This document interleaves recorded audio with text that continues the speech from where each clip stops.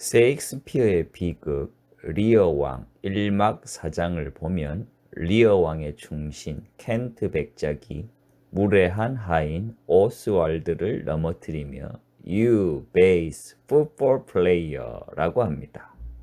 여기서 알 수 있듯이 football player, 즉 축구 선수가 욕으로 쓰였습니다.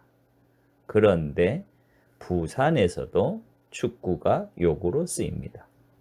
다른 동네에서도 쓰는지는 잘 모르겠습니다. 뜻도 모르고 썼지만 적어도 풋볼은 아닐 거라고 생각했습니다. 그래서 다시 한번 찾아보았습니다. 그랬더니 사전에도 실려 있더군요. 가축할 때 축자에 개구자를 써서 축구입니다. 즉 가축이나 개를 가리키는 말이지요. 월드컵에서 축구 선수들이 잘 못하면 정말로 축구라는 소리를 들을 수도 있겠습니다. 기왕 축구 이야기가 나왔으니까 댕댕이 얘기를 좀 더 해보겠습니다. 세상에서 가장 무섭고 잔인한 개는 어떤 종류일까요? 정답은 나중에 알려드리기로 하고 일단 이 개의 특징부터 알려드리겠습니다.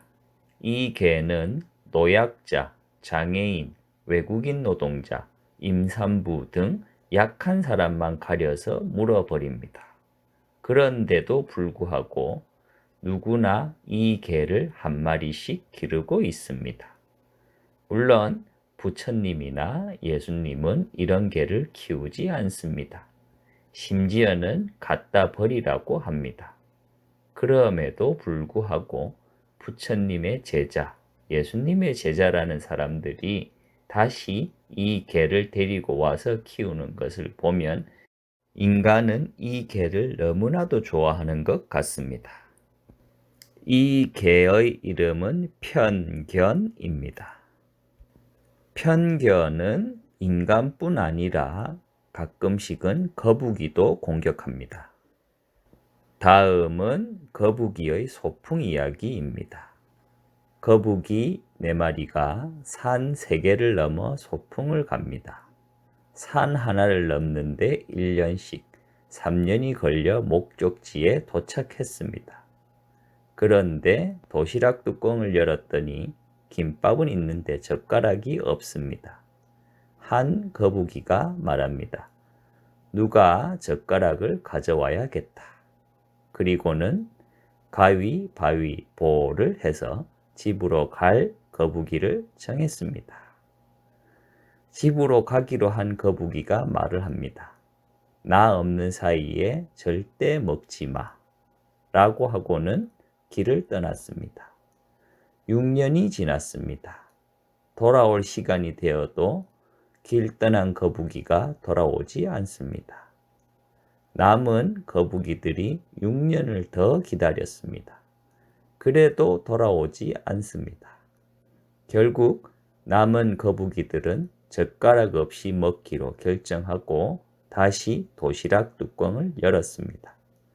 그때 집으로 가기로 했던 거북이가 바위 뒤에 숨어 있다가 튀어나오면서 말을 합니다. 너희들 그럴 줄 알았다. 거북이뿐 아니라 인간도 자신의 편견을 죽을 때까지 버리지 못합니다. 후에 잘못되었다는 것을 알았더라도 끝까지 버리지 않습니다. 참 씁쓸한 이야기이지만 범죄자는 다시 범죄를 저지를 확률이 매우 높습니다. 왜냐하면 앞에 나왔던 거북이의 이야기처럼 주위 사람들이 범죄자로 낙인을 찍어놓고 다시 범죄를 저지르기를 기다리기 때문입니다. 그러다가 범죄자가 다시 재범을 하면 이렇게 말을 합니다. 역시 그럴 줄 알았어. 만약 범죄를 저지르지 않으면 이렇게 말을 합니다. 조금만 기다려봐. 곧 범죄를 저지를 거야. 개를 좋아하시는 분이라도 절대로 편견은 키우지 않았으면 합니다.